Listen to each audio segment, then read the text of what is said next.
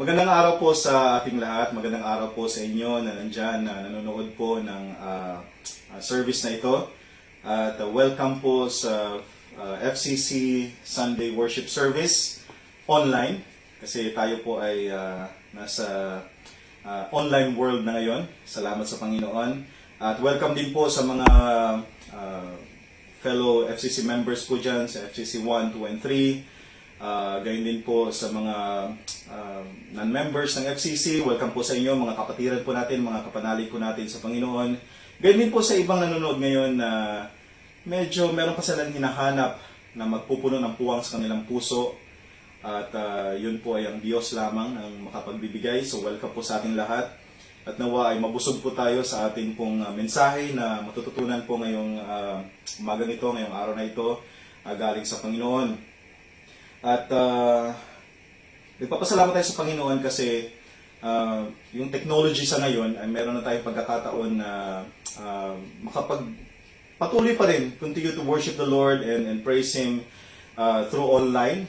Kahit hindi po tayo physical na magkakasama, pero alam po natin na yung ating puso, yung ating espiritu ay isa lamang sa Panginoon kahit saan naman po tayo naroroon sa ngayon. At para din po sa kaalaman ng lahat, ngayon po ay naka-lockdown po tayo. Ito po ay global lockdown na halos. At kasama po dyan ang Pilipinas, ganyan din po ang Qatar. Tayo po ay ngayon ay talagang nakastay na lamang sa ating po mga kanya-kanyang mga tahanan. Gayon pa man, nagpapasalamat tayo sa Panginoon kasi meron na tayong ganitong uri ng technology na kahit na nasa bahay lang tayo, yung mensahe ng Panginoon ay patuloy pa rin nating natatanggap o nakukuha galing mula sa Kanya. Kaya tayo nagpapasalamat dyan. At kaya nga dahil po sa nangyayari po sa kasalukuyan, yung pandemic, yung global pandemic na kung saan cause po ng coronavirus, ng COVID-19, nagdulot po ng maraming changes sa mundo. Maraming pagbabago sa mundo. Mga airport, naka-lockdown, yung mga flights po ay halos karamihan ay canceled na, yung mga schools, mga businesses, mga malls, mga iba po pong mga establishment, mga non-essential establishment po, mga businesses po ay nakasara sa ngayon. At ito po ay nagdulot ng maraming takot at pangamba sa maraming tao. Hindi lang po siguro mga unbelievers ko, kahit mga Kristiyano ay nagdulot ito sa atin ng pangamba kasi ito ay uncertainties na hindi natin alam ano mangyayari bukas. Di po ba? At dahil sa mga takot ito, dahil sa mga pangambang ito, marami pong tao yung mga nagpapanik. So meron na pong mga nagpapanik buying, meron bumibili ng sangkaterbang mga alcohol, mga sanitizer, mga groceries, di po ba? Nag-hoard sila at may isang bansa or may ibang bansa na ang ino-hoard po yung toilet paper. Hindi ko maintindihan kung bakit nila kailangan mag-hoard ng toilet paper na mag-imbak sa kanilang mga bahay. Pero siguro sa kanila yun po ay isa sa mga essential na kanilang mga pangangailangan at nagkakaroon pa ng mga awayan doon sa ating napapanood sa internet na may mga nag-aaway, nag-aagawan po ng toilet paper.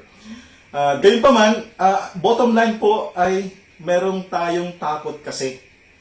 Merong mga pangamba ang tao na cause dahil po dito sa virus na ito. At isa marahil sa dahilan ng takot at pangamba na yan ay ang kaaway natin o yung virus ay hindi po natin nakikita. The fear is caused by the enemy which is unseen.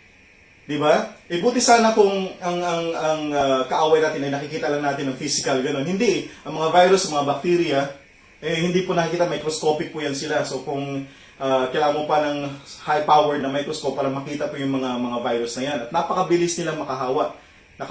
Napakabilis na makapag-affect po ng ating mga health, ng ating buhay ng mga virus na ito. So, yun ang isa marahil sa dahilan kung bakit meron mga pangamba ang mga tao.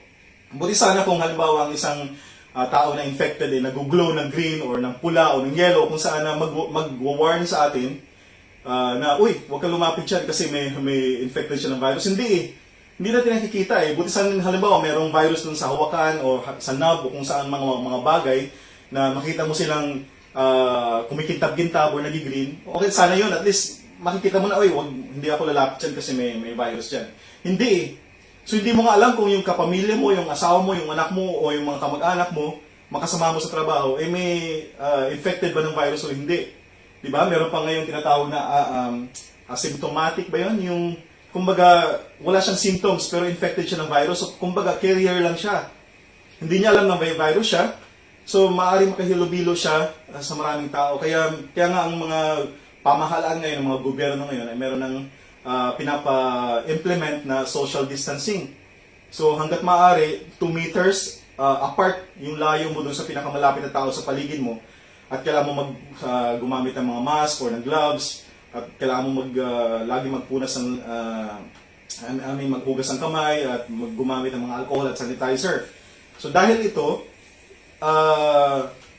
para maproteksyonan yung sarili mo, dahil hindi mo nga alam, hindi mo nakikita yung kaaway, yung mga virus, yung bakterya. So dyan tayo magpo-focus ngayon.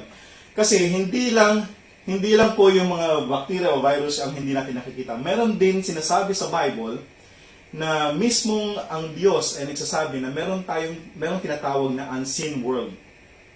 Merong mundo na hindi natin nakikita. Okay? So, ating pong pag-aaralan yan sa 2 Corinthians 4:18, yan po yung ating talata. At sa 2 Kings 6, verses 8 to 23. At ang title po ng ating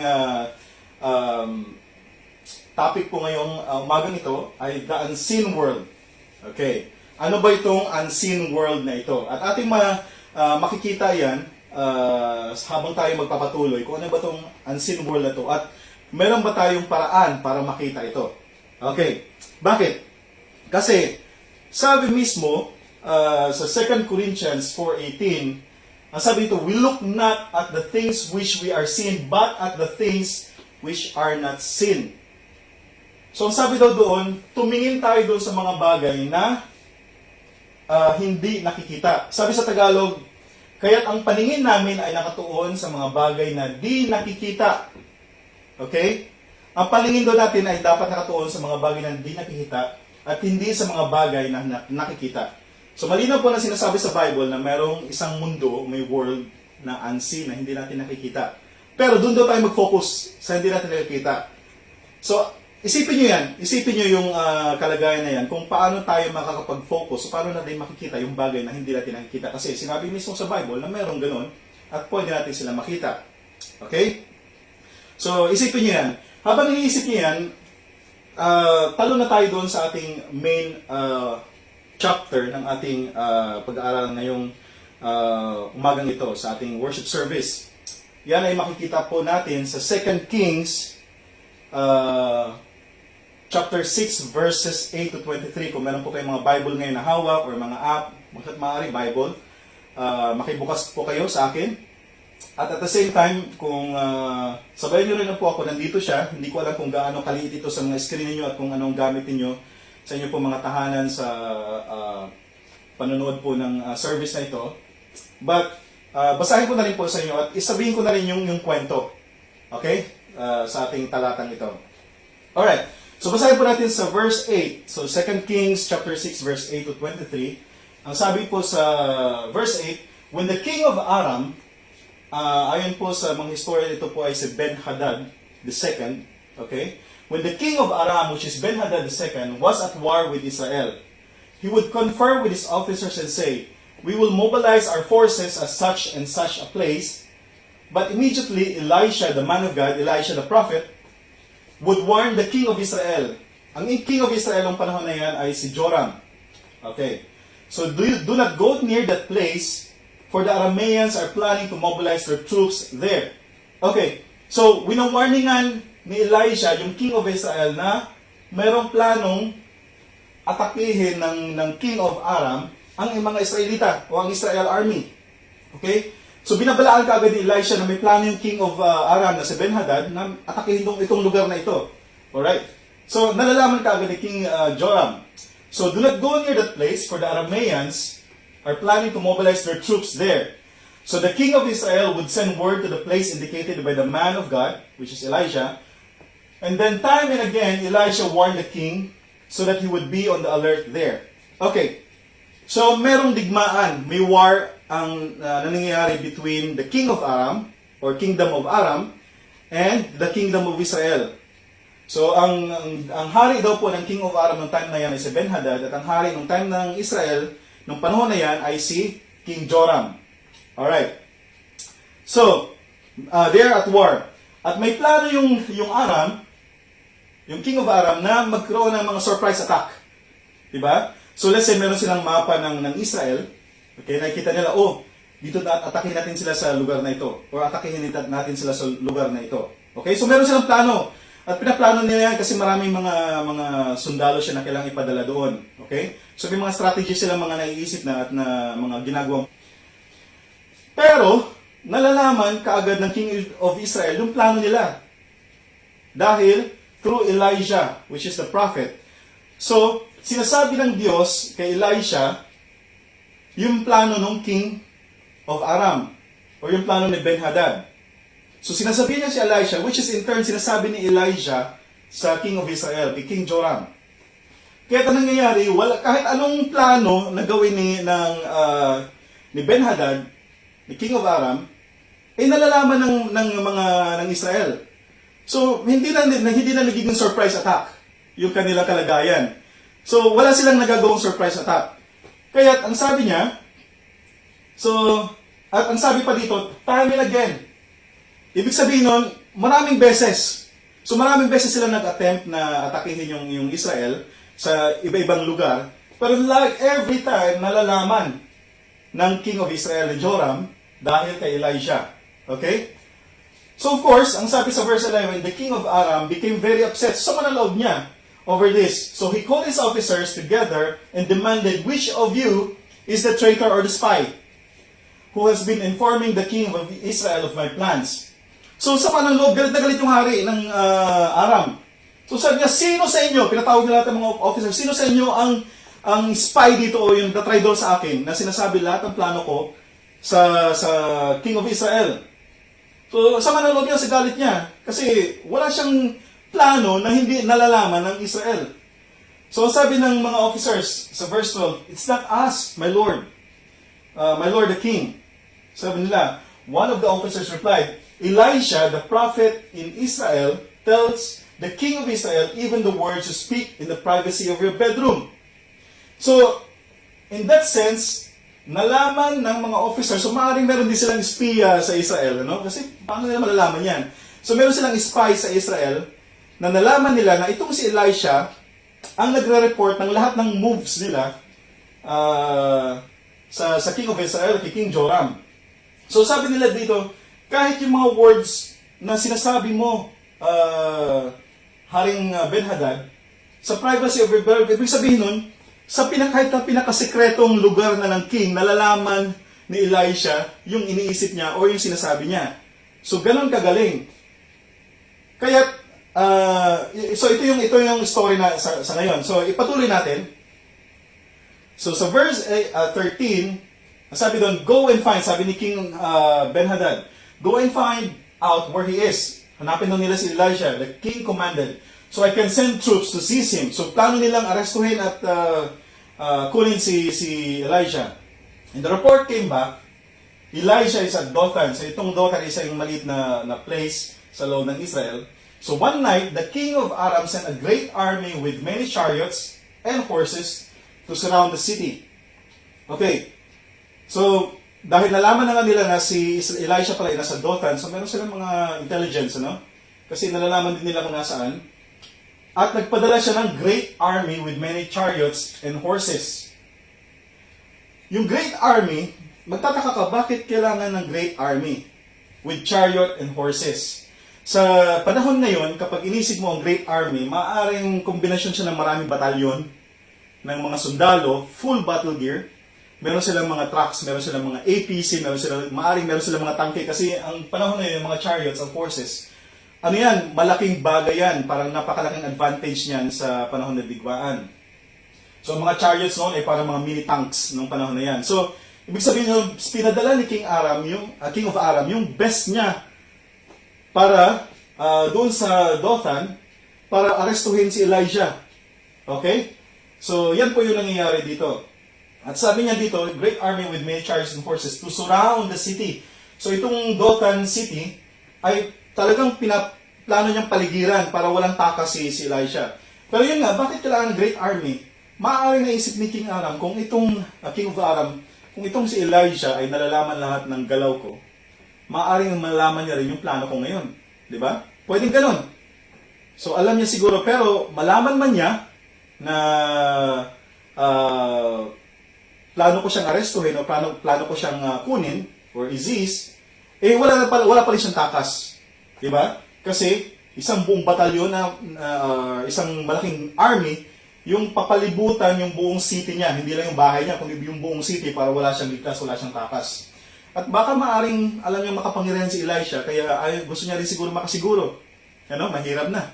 Kasi may alam yung taong ito, may kapangyarihan yung taong ito, alam lahat ng galaw ko. So maaring may kapangyarihan siya. Okay. So when the servant of the man of God, so ito yung servant ni Elisha, okay? Elisha or Elisha. When the servant of the man of God, the servant of Elisha, which is Gehazi, yan po ang name ng servant, got up early the next morning and went outside. So there were troops, horses, and chariots everywhere. Okay? So pagising niya, siguro pupungas-pungas pa siyang ganyan early in the morning, baka tawag doon, baka nag-stretch pa siyang ganyan. Pero nung pagkita niya yung buong city, ay napapaligiran na ng maraming mga sundalo, ng mga horses, ng mga chariots. So, syempre, kinabahan siya. Sabi niya, oh sir, so nireport niya kagad kay Elisha, ano gagawin natin ngayon? What will we do now? The younger man crying to Elisha. Okay. So natakot yung servant ni Elisha. Kasi punong-puno ng sundalo. Alam niya yung sundalo na hindi mga sundalo ng Israel, kundi sundalo ng Aram, which is ang kalaban nila, na nakapaligid sa city nila. So si Elisha, niisip mo, siguro, ano kayang pwede na sa mindset ni Elisha kung tayo si Elisha, no? Isipin siguro natin, ganun ba? Pwedeng, ano gagawin ko? Susuko na lang ba ako? Or magre-raise ako ng white flag, no? Para sumuko na lang, bahala na, kung ano man. Or pwedeng meron akong underground na tunnel na pwede akong ready akong tumakas every time, or para gano'n ang na-imagine kagad natin na pwede natin gawin, no? Paano tatakasan, or susuko ba ako, tatakas ba ako, kung ano man. Okay, kung tayo siguro. Pero ang sagot ni Elisha, ang sabi niya sa verse 16, don't be afraid. Elisha told him, for there are more on our side than on theirs. Okay? So, meron mas marami daw silang kakamping na army kaysa doon sa Aram na nakapaligid ngayon sa buong Dothan. Alright? So, nakakapagtaka bakit gano'n ang sagot. So then Elisha prayed, verse 17, Elisha prayed, O Lord, open his eyes and let him see. So ipinalangin ni Elisha yung kanyang servant na si Gehazi na buksan yung kanyang mata. Okay? The Lord opened the young man's eyes, and when he looked up, he saw that the hillside around Elisha was filled with horses and chariots of fire. Ito pong horses and chariots of fire, hindi po ito mga sundalong tao. Okay? Kasi ito po ay mga angels na nakakabayo pa, at meron pa mga chariots na nag-aapoy, naglalagablab o nagliliyab na apoy. Okay? Then Elisha prayed, O Lord, open his eyes and let him see. Okay? Nauli pala, verse 17 din yun. And the Lord opened the young man's eyes, and when he looked up, he saw that the hillside around Elisha was filled with horses and chariots. Okay, nadoble lang. Pero yun din yan yung verse 17. Alright. Bakit ganun ang panalangin ni Elisha? Kung ating tatanungin, bakit ang panalangin niya, open his eyes so that he will see? Bulag ba si Gehazi? Bulag ba yung servant? Hindi naman, nakita niya nga na punong-puno ng sundalo yung buong city. So hindi siya bulag. Pero ang panalangin ni Elisha, to open his eyes so that he will see. Open his eyes on what? To see the unseen world. Okay? Para makita yung bagay na hindi nakikita ng mga ordinaryong tao lamang. To see the spiritual realm. Okay? To see the spiritual world na nandito rin sa mundong ito. Okay? Hindi siya bulag, but he cannot see. So, kaya panalangin ni Elisha ay ganun, open his eyes. So, na-open, binuksan ng Panginoon ang mata ng servant, ay nakita niya nga na meron pang mga chariots talaga nakapaligid to protect them and Elisha. Okay? And they are composed of what? Ano ba yun? Angels. In full battle gear din. Kasi nakakabayo na. At may mga chariots din. So also ready. Di ba? Na maaari na paligiran din nila yung army ng Aram na nandun din sa lugar na yun. Nang walang kamalay-malay na nandun pala ang mga anghel ng Panginoon. Alright? So tuloy tayo. So verse 18, as the Aramean army advanced toward him, Elisha prayed, O Lord, may isang prayer naman si Elisha. Unang prayer niya, makakita si Gehazi, to see the unseen. Okay? Second prayer niya, Elisha prayed, O Lord, please make them blind. Ano daw yung blind? Yung Aramean army. So the Lord struck them with blindness as Elisha had asked. Alright. So meron dito, mapapansin tayo, meron dalawang uri ng pagkabulag. Okay? Dalawang uri ng pagkabulag, pag ating tinitignan, una, yung servant's blindness. Ang servant's blindness, ang sabi doon, he can see, but cannot see the spiritual realm or the unseen world. Nakakakita siya, di ba? Hindi mo siya bulag talagang physical na bulag. Nakakakita siya, pero hindi niya nakikita yung spiritual world. Okay? Kaya yun ang pinanalangin ni Elisha na makita niya. At nakita niya nga. Alright, hindi siya bulag, pero bulag siya sa unseen world or the spiritual world. And the second type of blindness is the army's blindness. Okay. So, ang mga army din na hindi naman bulag, pero ang panalangin ni Elisha sa Panginoon ay bulagin sila. So, nung inaral ko ito, nung tinitingnan ko ito, sa tingin ko, hindi naman talaga sila physically na binulag. Sa palagay ko lang so maaaring kayo, pagka sa pagkakaintindi nyo, maaaring talagang physical na bulag sila. So, dalawang uri lang yun. Either they are fully blind, talagang bulag na mga ngapa talaga na dilim lang nakikita, or they may be able to see, nakakakita sila, but they were blinded by misunderstanding, or they are blinded by confusion, or they are blinded by disorientation. Okay? Ibig sabihin nun, either bulag silang nangangapa sila sa dilim, or nakakakita sila pero hindi nila alam kung nasaan sila. Okay? So parang bulag sila sa nangyayari sa kasalukuyan or sa panahon nung time na yon. Alright? So disoriented sila or confused sila, parang o nga, parang nasaan nga ba tayo? Parang ganun uri ng pagkabulag, pero nakakita sila. Kasi dito sa ating verse, kapag tinulay natin, ang sabi doon, then Elisha went out and told them. So lumabas si Elisha kasi, kaya ko na to. May confidence na siya kasi nanalangin siya sa Panginoon.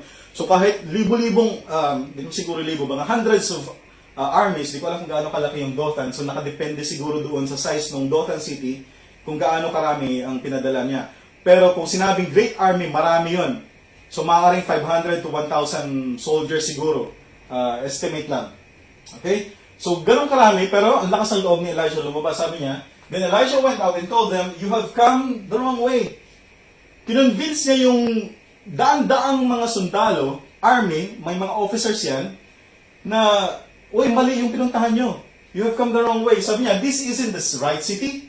Hindi ito yung Dothan. Okay? Follow me and I will take you to the man you are looking for. And he led them to the city of Samaria. Okay. So, sabi ni Elisha, wala kayo sa tamang lugar. Mali ito, hindi ito yung Dothan. Okay? Lika, sama kayo sa akin. Ituturo ko sa inyo yung hinahanap yung tao. Okay? So, maaaring hindi nila kilala si Elisha. Alright? Maaaring hindi nila nakita sa tanang buhay nila. Wala pang internet noon, hindi pa uso yung selfie. Alright? So, baka wala pang selfie si Elisha. So, hindi nila kilala. So, ang sabi nila, follow me and I will take you to the man you are looking for. And he led them to the city of Samaria. Okay. So kung bulag sila physically, wala silang makita, daan-daan yun, paano i-lead ni Elisha yung mga sundalong yun? At pangalawa, magkakaroon ng confusion kasi kung bulag sila, wala silang makita, di ba may isang story sa Bible na kung saan nabulag din yung mga sundalo na sila mismo nagpatayan? Baka ganun ang mangyari. Di ba? So sa tingin ko, hindi sila talagang physically blind, but they are blinded by confusion and disorientation. Kaya hindi nila malaman ngayon, hindi sila makasiguro na, oh nga, wala yata tayo sa Dothan. So, sumama nga silang lahat. Di ba, mahirap maglakad yung ganong karaming daan-daan hanggang siguro 1,000 soldiers na sama-samang magmamarch sa papuntang Samaria. So, but Elisha did them. So, maaaring hindi nga talaga sila physically blind. Alright? Verse 20, as soon as they had entered Samaria, Elisha prayed, O Lord, now open their eyes and let them see. Okay. So the Lord opened their eyes and they discovered that they were in the middle of Samaria. Ngayon, ito pong Samaria sa panahon ni King Joram or Israel, doon sa map, hindi ko lang ma-share dito, yung Samaria, kung ito yung Samaria, ang Samaria nasa gitna mismo ng Israel. As in, nasa gitna siya mismo ng Israel, yung Samaria. At ang sabi pa dito, then they were in the middle of Samaria. Kung ang Samaria nasa gitna ng Israel, nasa gitna pa sila ng Samaria. So, nasa gitna sila mismo nung lugar ng kanilang kaaway. Okay? So, pag ikaw yung sundalo at biglang pagmulat mo ng mata mo, realization na hindi ka na disoriented, teka, nasa Samaria tayo parang gano'n. Tapos, napapaligiran na rin sila ngayon ng mga sundalo ng Israel. Alright. So, doon sila dinala. So, when the king of Israel, King Joram, verse 21, saw them, he shouted to Elijah, my father! Okay. Ang tawag niya kay Elijah, my father. So, ibig sabihin na parang may malaking honor siya na parang binibigay. Kahit king siya, ang tawag niya kay Elijah ay father. So, that is parang humility kay Elijah. Should I kill them? Should I kill them all? Di ba? Kasi kain-kanya ngayon, nasa gitna sila napapaligiran sila ng mga sundalo ng Israel na ngayon. So, sabi ng King Joram, patayin ko ba sila lahat? Father, ayun ang kagandahan, humingi muna siya ng payo sa kanyang prophet. Okay? Sagot ni Elisha, of course not. Hindi. Ba't ko papatayin? Sabi niya, hindi yan ang plano. Anong plano? Do we kill prisoners of war? Hindi, di ba? Pag meron tayong mga POW, yung mga POW, meron pang, naalala ko doon sa napanood ko sa National Geographic na kahit in times of war, merong parang Geneva Convention na policy pa rin, parang meron pa rin silang rule na kailangan, kahit nadidigmaan na nagpapatay ng mga bansa, meron pa rin silang kailangan mga rule na kailangan sundin. Okay? At kasama doon na pagka may POW ka, prisoners of war, kailangan itrato mo pa rin sila ng maayos. Diba? Kahit na mga sumurrender sila sa'yo. So, do we kill prisoners of war? So, ganoon din dito, sabi ni Elijah, give them food and drink, and send them home again to their master. So, sabi niya, pakainin mo sila, bigyan mo silang pagkain. At pagkatapos silang kumain, pauwi mo na sila doon, pabalik sa Aram, or kay King Ben-Hadad. Okay? So, that's their master. So, the king made, sumunod naman yung hari ng Israel, so the king made a great feast for them, and then sent them home to their master. After that, the Arameans raiders stayed away from the land of Israel. Bakit? Okay. In the ancient times, sa panahon po ng Bible sa Old Testament, mayroon daw tinatawag na kapag ang mga tao ay kumain sa isang bubong. Okay, sa isang bubong, that constituted to a covenant of peace. Ibig sabihin noon ay wala kayong digmaan na. Ibig sabihin wala kayong problema, wala kayong awayan. Kapag kumain kayo ng sabay-sabay, in one roof. Okay? So yun yung covenant of peace, automatic. Pagka kumain ka sa bahay ng isang mong kaaway, pagka kumain kayo sa isang bubong, hindi na kayo magkaaway. So same in the times of war, parang ganun din ang sinasabi dito.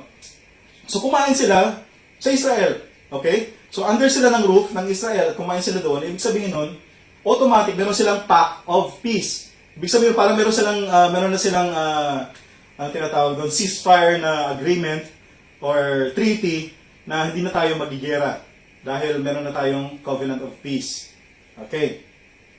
So now, the Arameans are bounded by that social custom not to attack their friend na ngayon sila, who offered them hospitality and protection. Okay? So, nag-in-stop na yung mga pag-atake nila sa Israel dahil sa ginawa ng king of king of Israel sa mga army ng Aram. Okay, so yun yung story. Alright. So ano pa yung main theme? Ano ba yung matututunan natin sa kwentong ito? Ano ba makukuha natin sa story na ito? The main theme is that ability to see. What do we learn from this story? The main theme is the ability to see. To see what? To see the unseen. Okay? So, doon sa story ni Elisha at ng Aram at ng Israel, ano nangyari doon? First, nanalangin si Elisha na makakita si Gehazi, yung servant. Pangalawa, nanalangin siya na mabulag yung mga Aram army. At nangyari nga. At pangatlo, nanalangin ulit si Elisha na makakita sila ulit. Binulag sila and then makakita sila ulit. Okay? So, ang tanong ngayon, tayo mga Kristiyano, tayo mga mananampalataya, kayo na nandyan, tayo ba ay tumitingin sa mga bagay na nakikita o sa hindi nakikita? Diba? Meron pa tayong tawag dito yung paniniwala na to see is to believe. Di po ba? Yan tayo mga tao eh. Sabi niya, paano ko makasigurong totoo yung sinasabi mo? Diba? Anong pruweba mo? Anong proof? I want to see. At kapag nakita ko, saka pa lang ako maniniwala. Pero ang sabi sa Bible, we need to look on the things which is unseen. Doon daw tayo mag-focus sa bagay na hindi nakikita. Okay. So tayo ba? Tayo, anong kalagayan natin sa ngayon? Nilay-nilayan natin yan. Ano ba tayo? To see is to believe ba tayo or gusto natin makita yung bagay na hindi nakikita? So, sa ating pagpapatuloy, I'd like to point out the 4P. Okay, letter P. P is in this story that is unseen. Sa kwentong ito na hindi nakikita but nandoon, ever present. Alright, okay. The same 4P are present in your life, sa buhay nyo at sa buhay ko, even though madalas hindi natin sila nakikita. Ano itong apat na P na ito? The 4 P's of God is, first is God's presence. And then God's protection. And then God's promise. And God's providence. Alright, ito yung apat na P na meron ang Diyos. Okay. So 4P, which is God's presence, nandun lagi ito. Nandito lagi ito. Kasama natin. Pero, madalas, nakikita. So God's presence, God's protection, God's promise, and God's providence. Ano ba itong mga to? First is God's presence. Okay. Tayo mga tao, madalas, yung presensya, ang pagka-presensya ang pinag-uusapan, ibang presensya ang naiisip. Di ba? Yung iba, pagka sinabing presensya, parang, uy, nakaamoy ako bigla ng kandila, parang nangingindig balahibo ko, parang may kasama tayong di nakikita. Parang nandito siya. Di ba ganon? Parang may presensya. Di ba? Di ba ganon yung iba sa atin? Tapos, yung iba naman, uy, parang bigla kong naamoy yung pabango ni Lolo. Parang nandito si Lolo. Sabi ng kasama niya, bakit? Patay na ba Lolo mo? Hindi pa naman. Pero, pinapractice ko lang kasi good din naman ang punta. Di ba? So, pero dito sa ating kwento, when Elisha's servant looked outside, all he saw were enemy soldiers. Di po ba? So, napapaligiran sila ng sundalo ng Aram. At wala na silang takas doon. Immediately, natakot siya. Tayo ganun din eh. Siguro pagka nakita tayo kaagad ng mga problema, ng mga pagsubok, ng mga trials, tribulations sa buhay natin, masaya ba tayong nakikita natin yun? Hindi, di ba? Madalas, either malungkot tayo, or matakot tayo, or mangamba tayo, mag-worry tayo. Yun ang tendency natin mga tao. Yun ang kaagad nating nararamdaman. Okay. But when Elisha prayed that God would open his eyes, nasabi doon, he suddenly realized that the God of angel armies was on their side.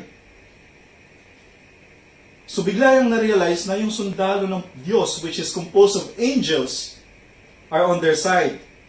So God the Almighty, creator of the cosmos, or creator of everything, was with them. At lagi natin tatandaan na ang Diyos ay kasama din natin. God is omnipresent. It means that God is everywhere, every time. Okay? Kasama natin siya ngayon, kasama ng Diyos siya ngayon dyan, kung nasaan man kayo ngayon. Kasama natin ang Diyos hanggang sa bukas, sa future, kahit saan tayo. Kasi mismong si David, alam niya na totoo yung katotohanan ito. Okay? Sabi niya sa Psalms 139:7-8, I can never escape. Sabi ni David mismo, King David, I can never escape from your spirit. I can never get away from your presence. If I go up to heaven, you are there. If I go down to Sheol, which is the grave, kahit sa death, kahit sa Sheol or Hades, you are there. Diba? So kahit nasa dagat ka o kung saan ka man, nasa himpapawid ka, nasa outer space ka, nandoon ang Diyos. Wala kang takas sa Panginoon. Ang Diyos ay nandoon. Yung presensya ng Panginoon ay laging nandoon. Alright. So may isang bata, sabi niya, tatanong siya sa nanay niya. Sabi niya, Nay, ang Diyos ba nasa buwan? Sabi ng nanay, oo naman, syempre, andun din ang Diyos. Ang Diyos ba nasa mundo? Oo, ang Diyos. Nandun sa mundo din. Nay, ang Diyos ba nasa tiyan ko? Ha? Tatakay nanay, bakit? Anong... siguro nandiyan din ang Diyos. Sabi niya, Nay, mukhang yung Diyos, parang gusto niya uminom ng soft drink tsaka ng tinapay. Okay? So, parang yun ang intindi ng bata kung sa definition ng bata, yung presensya ng Diyos. Okay? Pero one thing for sure is that God is always with us. Okay? We cannot escape from His presence. Mismong si Jesus, ang sabi niya doon sa Matthew 28:20, sabi niya, Jesus promised, I am with you always, even to the end of the age. Sabi niya, I am with you. Okay? Kasama ko kayo always, always. I am with you always. Pag sinabing always, hindi sometimes. Okay? Kaya nga always, ibig sabihin palagi. I am with you always, even to the end of the age. So yun mismo ang sinabi ng Panginoong Jesus. Alright, so God is always with us. Hindi natin matatakasan yung presensya ng Diyos. Pero like the little boy, yung kwento ko kaninang bata at gayon din dun sa servant ni Elijah, minsan, or madalas, or minsan, na nagkakaroon tayo ng problema na makita yung presensya ng Panginoon. Or minsan hindi natin naiintindihan ano ba ang presensya ng Diyos. Alright? So we don't always recognize God's presence. So how do we learn to see God? How do we recognize His presence? Paano ba natin makikita yung presensya o maintindihan ang presensya ng Panginoon? Okay. Dahil ang Diyos ay omnipresent, maidagdag ko lang, syempre, hindi lang yung mga mabuti mong ginawa ang nakikita ng Diyos. Kahit yung mga hindi mo gaanong mabubuting ginagawa or ginawa, ay nakita din ng Diyos yun. Yun. Okay? That's the truth. Alright. So the question is, how do we learn to see God and how do we recognize His presence? Unang-una, gayahin natin yung ginawa ni Elisha. Anong pinanalangin ni Elisha? Open his eyes so he may see. So kung tayong tao, isa rin dapat sa panalangin natin ay, Panginoon, buksan niyo po ang aking isipan. Open my eyes and open our eyes and open their eyes so that we may see you. We may see your presence. So isa pa dyan, isa sa malaking bagay yan na kung gusto nating makita ang presensya ng Panginoon is to open our eyes. Alright? Isa pa, yung ating pagsasama-sama sa pananambahan, sa panalangin, sa pag-worship, sa pamamagitan nun, nararamdaman din natin yung presensya ng Panginoon. Hindi lang minsan nararamdaman, nakikita din natin. At talagang physically makikita mo yung presensya ng Panginoon. Especially kapag yung panalangin mo ay binigay ng Diyos. Diba? Especially yung pinalangin mo ng matagal na gustong-gusto mo or kailangan mo ay binigay ng Diyos. And you know God's presence was there. Kasi hindi naman niya ibibigay yun kung wala siya doon nung time na nanalangin ka at hindi niya naririnig yung mga dasal. Okay. And also the Bible says, most importantly, we see God through whom? Through whom? We see God through Jesus. Ang sabi sa Colossians 1:15, Christ is the visible image of the invisible God. Kung gusto mong makita ang Diyos, ang presensya ng Diyos, tumingin ka sa Panginoong Jesus. tumingin ka kay Kristo at makikita mo ang presensya ng Panginoon. Kasi Christ is the visible image, na nakikita, visible, of the invisible God. Kung ano ang Diyos, yun din si Kristo. Diba? They are one. Iisa lamang sila. So Christ is the visible image of the invisible God. So Jesus is the lens. So parang siya yung, nakita mo yung title ko kanina, parang mayroong magnifying lens. Yung parang may makita mo yung maliliit na hindi mo makikita ng normal lang. Okay? So, siya yung lens para makita daw. Si Jesus daw yung lens para makita daw natin ang Diyos na hindi nakikita. Okay? So doon sa four Gospels, sa Matthew, Mark, Luke, and John, kapag binasa natin yun, na nakita natin yun, makikita natin, we will begin to see God more clearly and more and more. Kaso, karamihan sa atin, ang nararamdaman, parang Lord, parang ang layo-layo mo sa akin. Di ba? Parang, bakit kaya parang pagka nananalangin ako, parang kapag nagpipray ako, kapag nag-worship ako, parang ang layo-layo ko kay Lord. Di ba? Parang ang layo-layo ni Lord, parang wala si Lord dito. That's wrong. Mali po yun. Because God is omnipresent, God is everywhere, God is always there. Di ba? Maaaring ikaw yung lumayo sa Panginoon. Maaaring yung puso mo malamig sa Panginoon, but the Lord God is always there with you and for you. Kaya nangako ang Diyos si Jesus, di ba? Sabi niya, I am with you always to the very end of the age. Often we know that God is there. Pero minsan parang blurry, no? Parang blurry, parang nandyan na wala. Di ba? Parang hindi focused. Especially kapag nandun ka sa mga pagsubok, di ba? Naghihirap ka na, wala ka na makain, hindi pa dumating yung rasyon nyo. Di ba? Parang maramdaman mo, nasaan nga ba ang Diyos? Nandito ba ang Diyos? But when we focus on the lens of our faith, doon sa ating pananampalataya through prayer and worship to Jesus, we will start seeing God more clearly and more visibly. Alright. Second, P. Ang pangalawang P is God's protection. Alright. Bakit ba tayo mayroong mga pulis? Bakit tayo mayroong mga sundalo?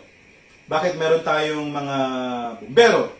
Or ano pa? Bakit meron tayong mga bakod sa bahay?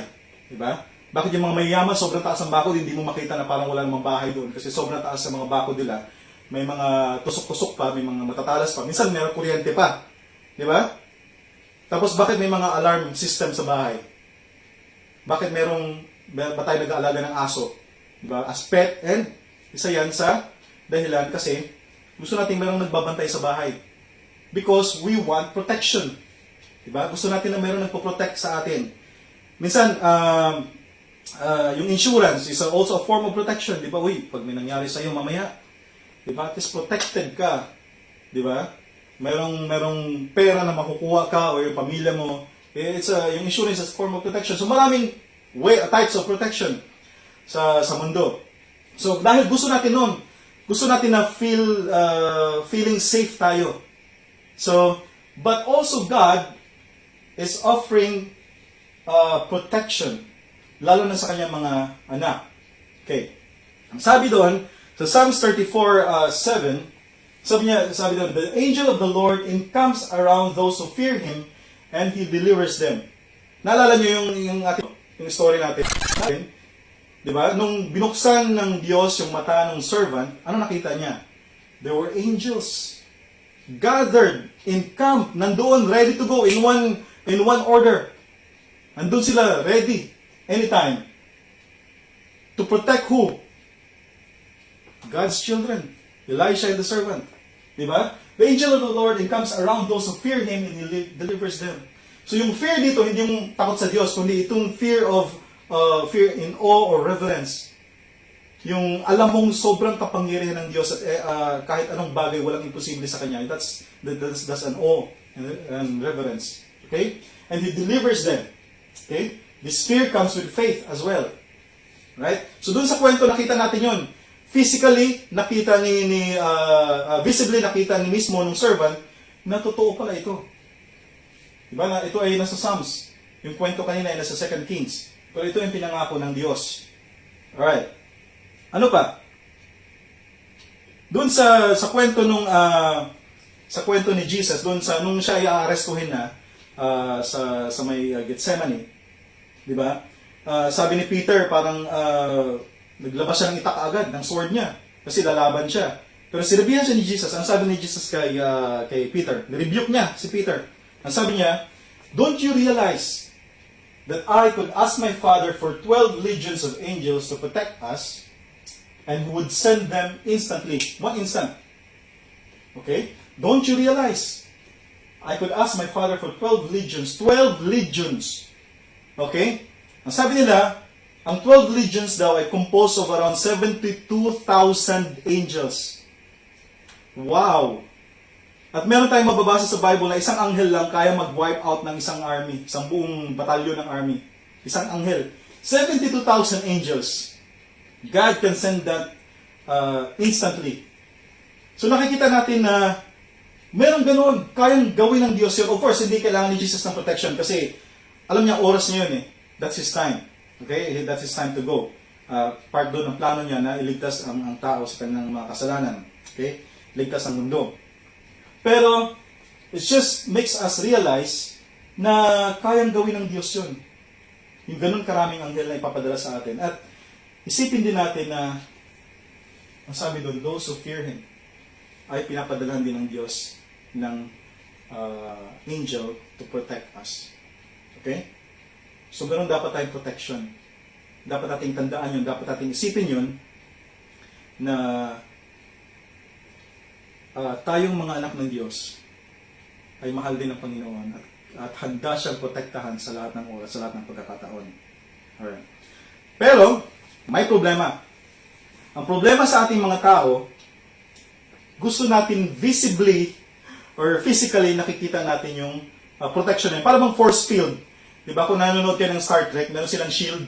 Diba? Pag tinitira yung kanilang spaceship, para nagbabounce-bounce lang yung parang kung ano man yung tinitira nila, mga laser, kung ano. Kasi meron silang protection, meron silang force field na nagpo-protect sa kanila. So parang tayo, parang ganun din gusto nating mangyari. Parang meron din tayong force field na kahit anong tira sa atin ng kaaway o ng problema, ng pagsubok ko ano man, hindi tayo tatablan.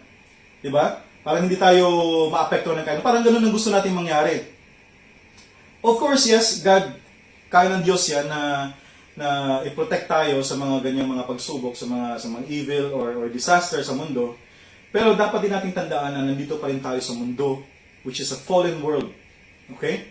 Na maraming kasalanan. At tayo ay bound by our own free will. Diba? So maraming mga bagay na nangyayari, based din sa ating mga sariling desisyon, at sariling mga kilos, at sariling mga gawa. Okay? At mas madalas na ang gawa ng Diyos, yung kanyang mga, how He works, beyond our own understanding.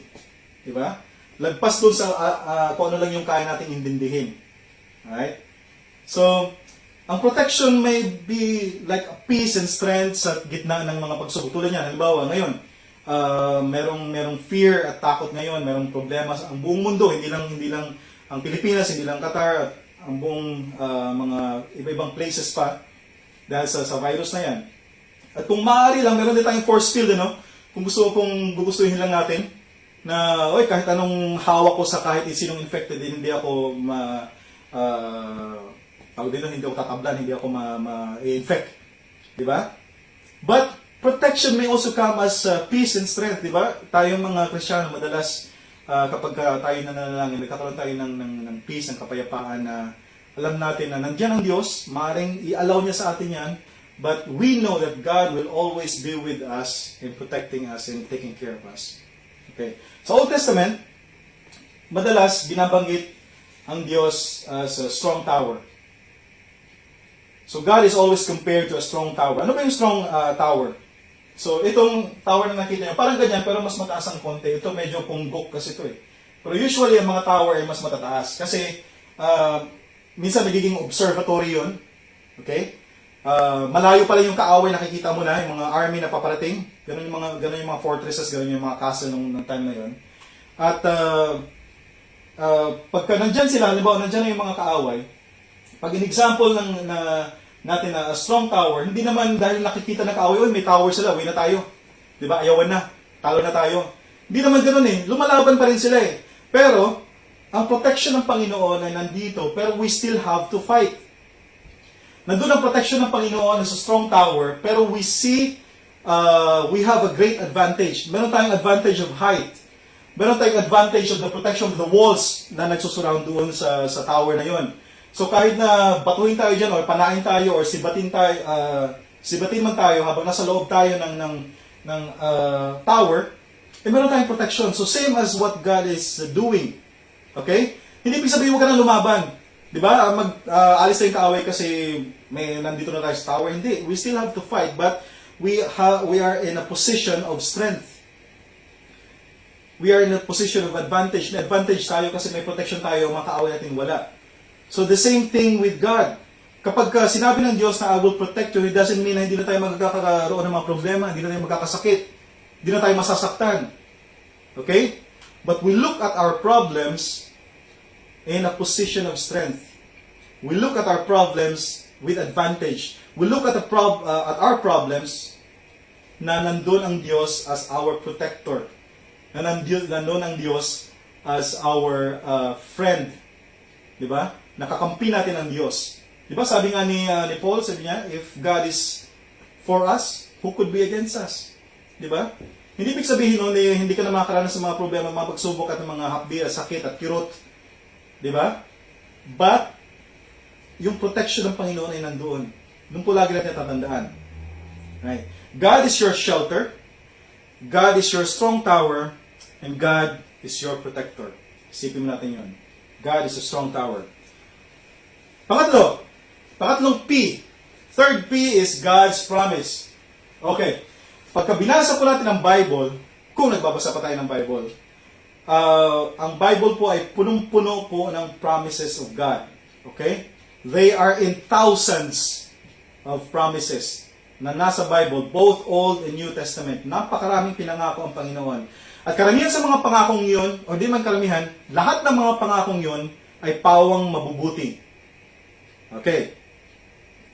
So, pero sa atin, tayong mga tao, yung pangako sa atin, yung promise, ay iba doon sa promise ng Panginoon. Kaya di ba, halimbawa, sa mga mag-asawa, ang promise ay unseen, di ba? Hindi mo nakikita yung promise eh. Kaya sa mga mag-asawa, o sa mga boyfriend, sa mag-asawa, di ba? Laging sinisingil yun. Oy, asa na yung pinangako mo sa akin? Di ba?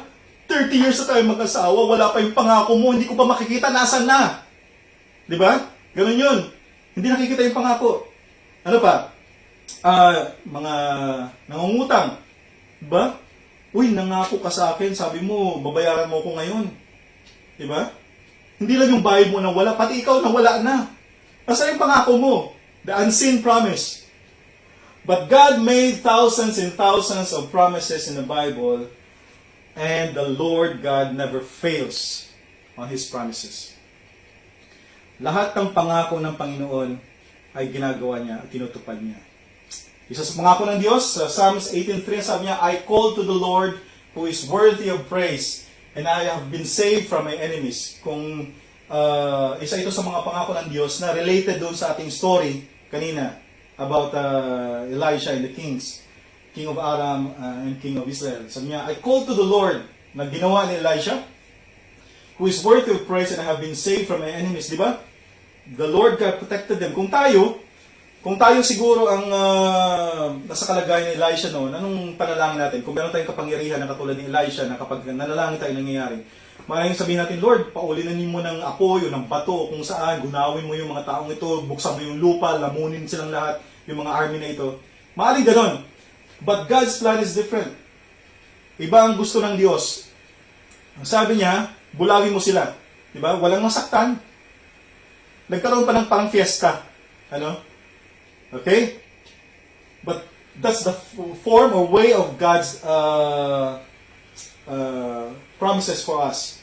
Na pag ang Diyos nangako, minsan hindi doon sa parang naiisip nating paraan na gagawin ng Diyos. But He always delivers. God always delivers His promises and He never fails. Ano pa? Psalms 34:17, ang sabi doon, when the righteous cry for help, the Lord hears them out of all their troubles.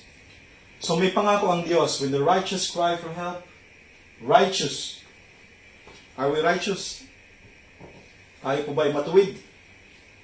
Kasi may ano dito, may description. The righteous cry for help.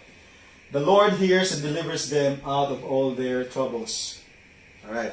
So tayo yung mga taong matuwid daw, or pinaging banal ng Diyos, if we cry for help, if we ask for God's protection and for help, sabi niya, He delivers them out of all their troubles.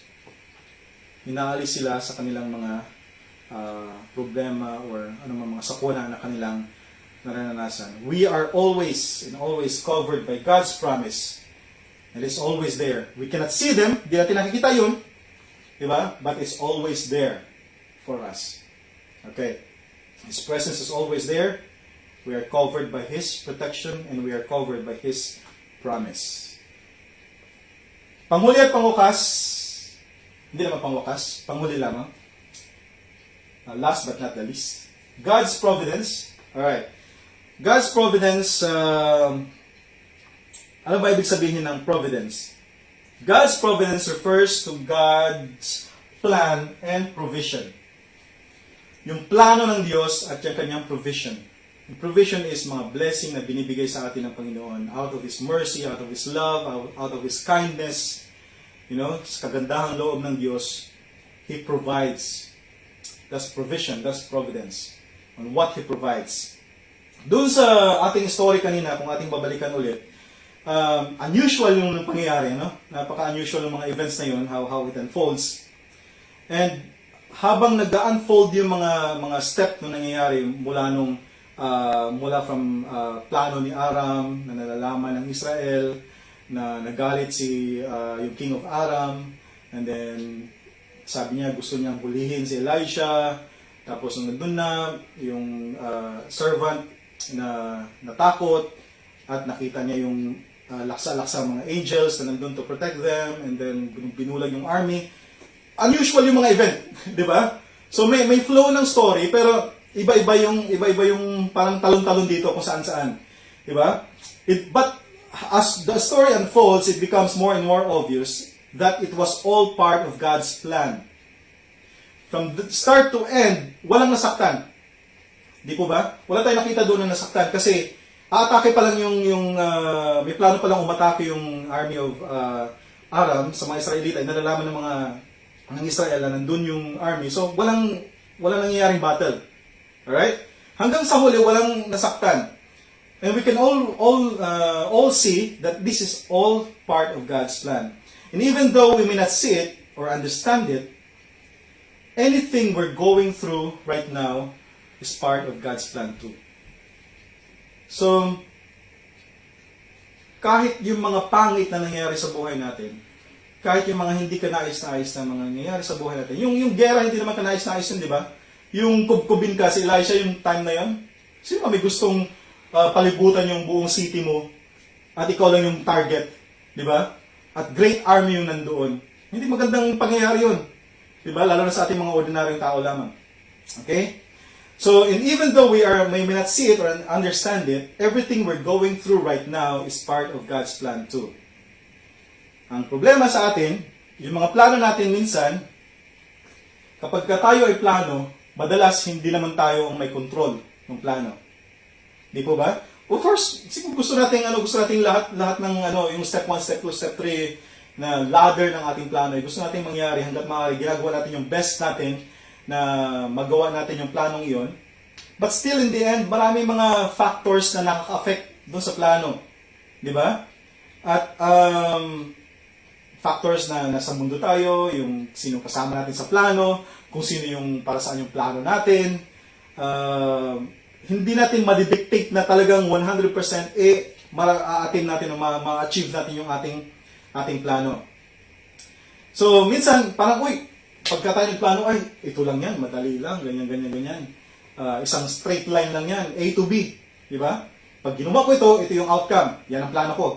Pero madalas hindi, may mga liko-liko, may hagdan, may bangin, di ba? May bundok, may kung ano ka pang madadaanan bago marating yung plano mo. Pero kapag na-envision mo yung plano mo from the start, pag na-imagine mo, ito yung plano ko, hindi mo na-imagine madalas yung ano yung mga factors na pwedeng maka-apekto para ma-achieve yung iyong plan.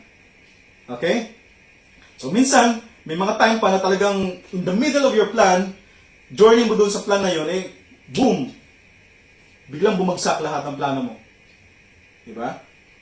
At madalas, hindi yun masarap sa pakiramdam. Okay?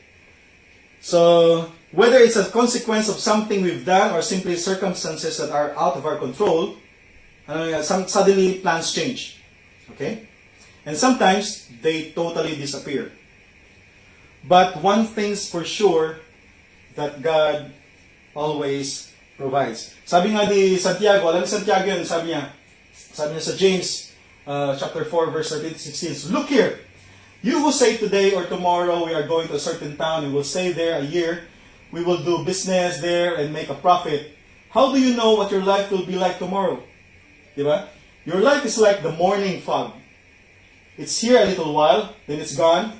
What you ought to say is, ito kailangan mo daw gawin o sabihin, if the Lord wants us to, we will live and do this or that. Otherwise, you are boasting about your own pretentious plans, and all such boasting is evil.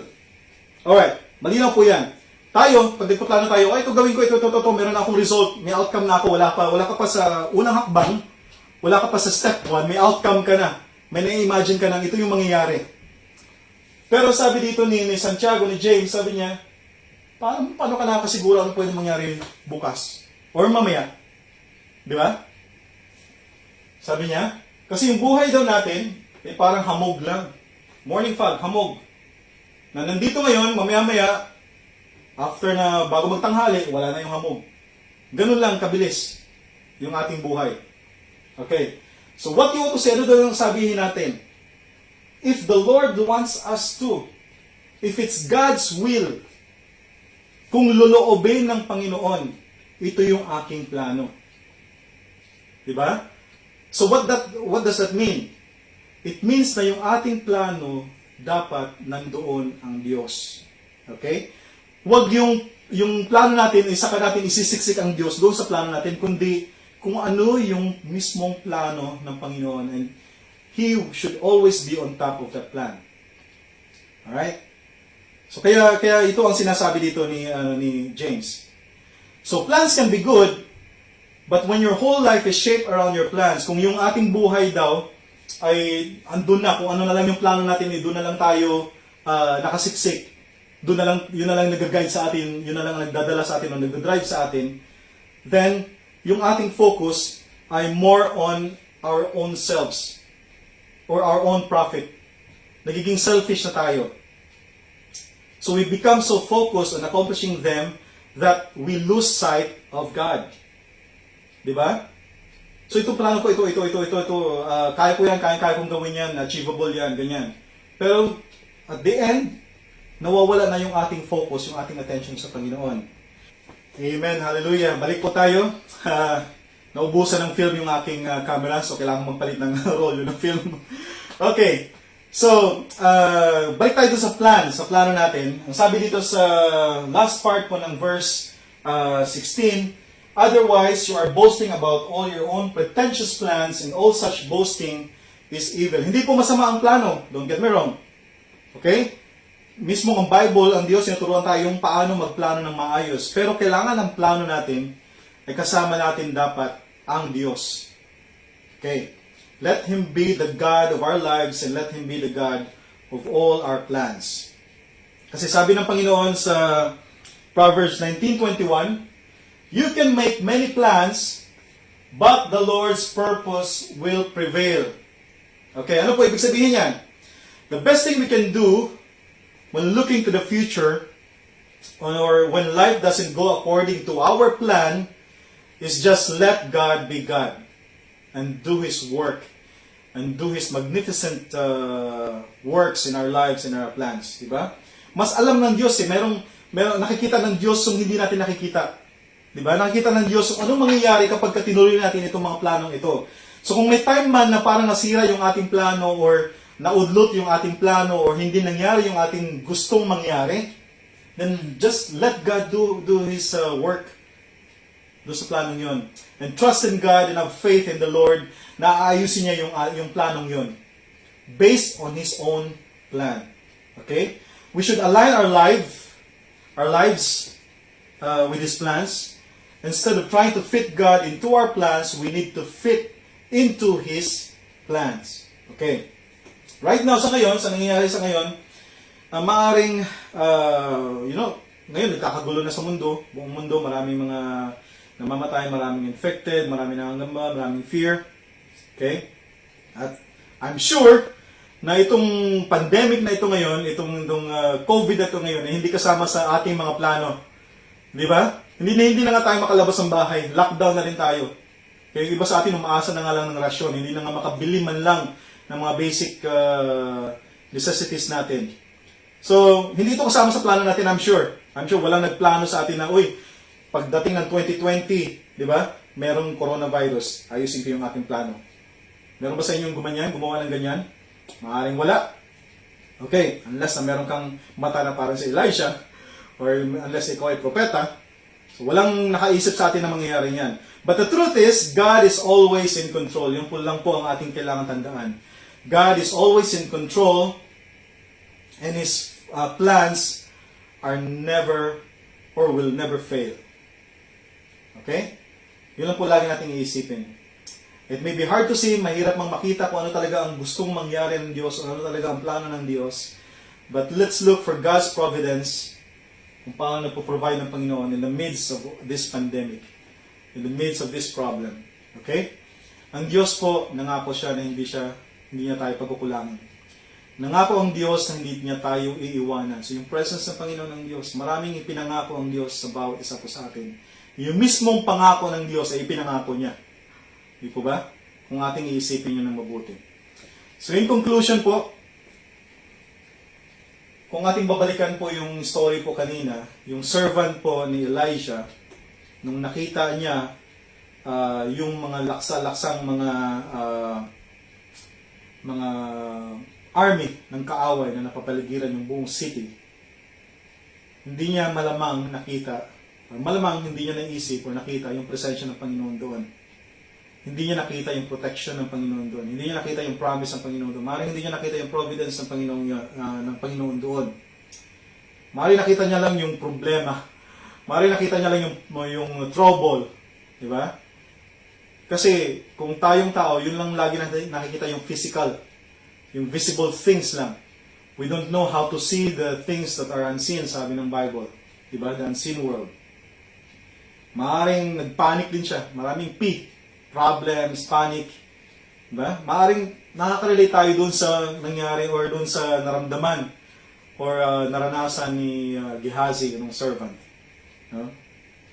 But, dito sa nangyayari sa atin ngayon in this climate of fear, in this climate of uncertainties,